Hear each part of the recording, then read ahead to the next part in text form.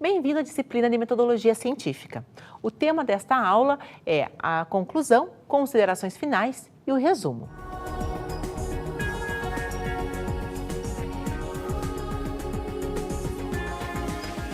Antes da gente iniciar conversando sobre considerações finais ou resumo, suas diferenças, a gente precisa lembrar em que momento da pesquisa nós estamos. Se você está em projeto de pesquisa, você não vai se preocupar nem com considerações finais, nem com conclusão. Eles não existem no projeto de pesquisa. O projeto de pesquisa é o planejamento da sua ação. Então, você ainda está escolhendo autores, o que vai usar de material, que dados precisa coletar. Então, ali não existe em momento algum a hipótese de você criar uma conclusão ou de se concluir, fechar esse trabalho. Se nós estamos no relatório de pesquisa, quer dizer, estou começando a redigir a minha monografia, o meu artigo científico, minha dissertação, minha tese, então nesse momento eu vou ter que incluir sim nesse relatório o item de considerações finais ou item conclusão. Que diferença nós temos entre conclusão e considerações finais?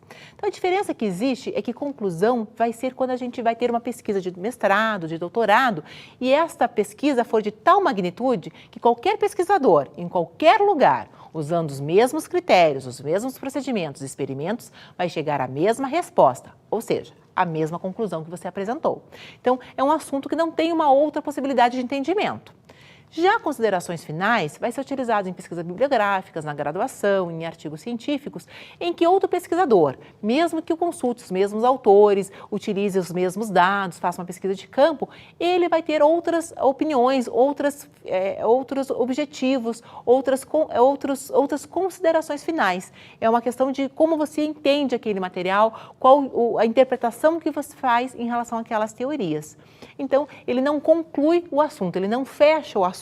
Então, a gente utiliza a expressão considerações finais. Então, a diferença fica nisso. Se eu consigo concluir, ninguém mais consegue acrescentar nada, ninguém consegue apresentar um outro ponto de vista, uma outra interpretação a este assunto, eu vou chamar de conclusão. Já, se for possível que alguém tenha um outro entendimento, traga uma outra sugestão, uma outra forma de analisar esse mesmo fato, nós vamos chamar esse último tópico do trabalho de considerações finais. Quer dizer, é o meu entendimento em relação àquele assunto, não a última palavra em relação àquele estudo. Em que momento ele apresenta? Nós apresentamos as considerações finais após todo o desenvolvimento do referencial teórico. Então, eu tinha lá como primeiro tópico, primeiro capítulo, a introdução, que é onde a gente apresentou o que ia trabalhar, qual era o nosso assunto, a nossa pergunta, quais nossos objetivos. Nós temos os objetivos geral e os objetivos específicos. Então, só lembrando, o objetivo geral, qual era o foco do nosso estudo, aonde a gente queria chegar. Os objetivos específicos, ele era um passo a passo, quer dizer, que caminhos eu preciso percorrer para chegar à resposta da minha pergunta. Eu tenho lá as hipóteses, quer dizer, que ideia eu tinha inicial, que senso comum eu tinha daquele assunto que eu estou estudando, que resposta eu imaginava, eu previa encontrar ao final desse estudo.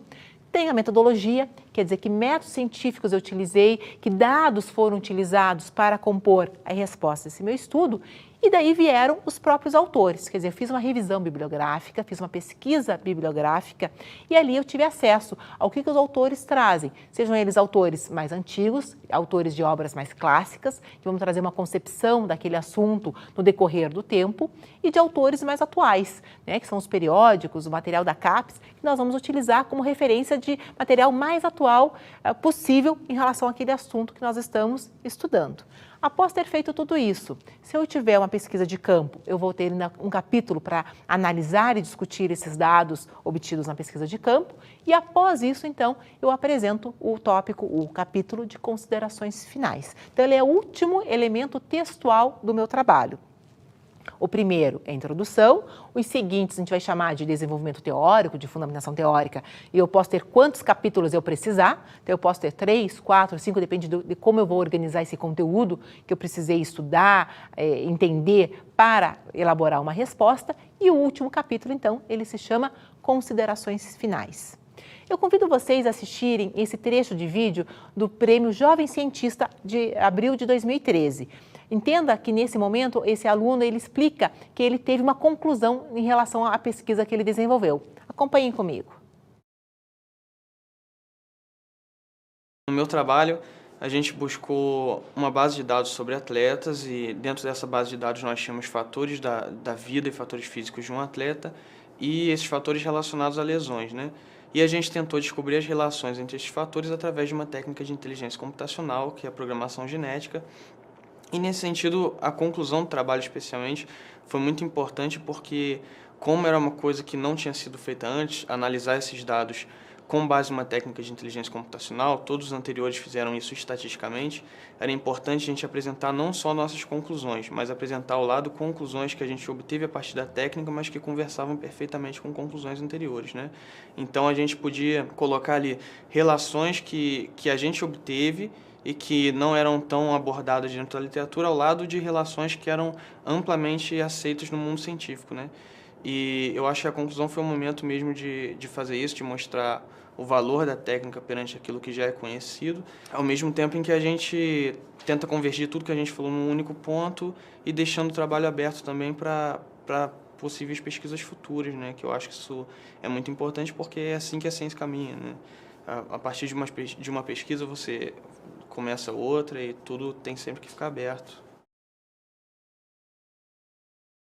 Vocês observaram, então, nesse vídeo, nesse relato desse aluno, que ele traz uma inovação no estudo dele, que até então os outros autores que pesquisaram esse mesmo tema se prenderam a pesquisas mais teóricas e eles conseguiram estabelecer uma relação com a prática. Por isso que em muitos momentos ele utilizou ali que eles concluíram em relação àquele assunto, porque eles foram além e tiveram um resultado inédito que conseguiram relacionar e comprovar a teoria com a prática.